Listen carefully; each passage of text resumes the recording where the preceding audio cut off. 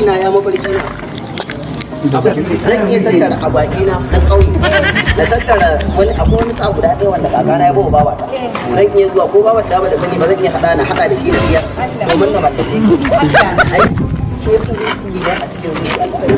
masoyiya ta don Allah ya sa na tsara idanuwa na a cikin idanuwan ki sai na ji ba abinda ba zan iya yi akan ki Allah zan iya yin komai akan ki sannan kuma ma albishirin ki kwanan nan zan shiga ƙauyen mu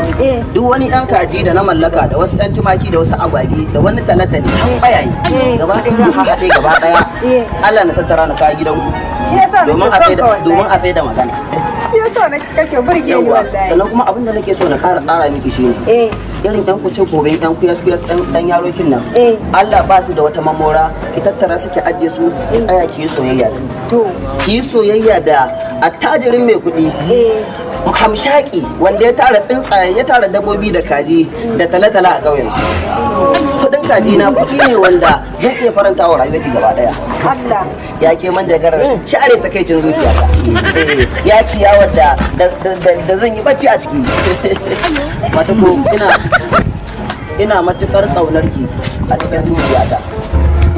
a cikin wallahi Allah kin da bacci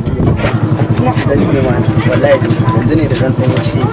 na ganki kuma wallahi na ji gaba da ina wani sai amma kuma na yanki da wannan kan haɗe na yanki da wani dan ƙauye wallahi mai gadin gidanmu ne sai ake tsaya da irin wannan ko ba ai ni ne kai wallahi wannan ai ka zan yi shine na kira ka wannan ai ba girman ki bane kina da hinde kina kuro ɗan nan fi sabilillahi ko ya da ga wata kasa ido ko ba sai ku kamar Allah murde no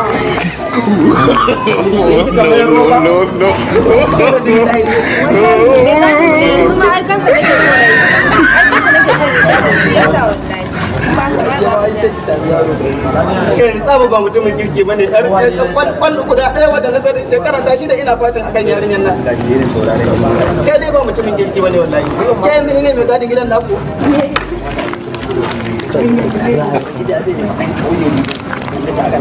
bai kamata a ce ana kula da kuma ni ne mai gadin gidan naku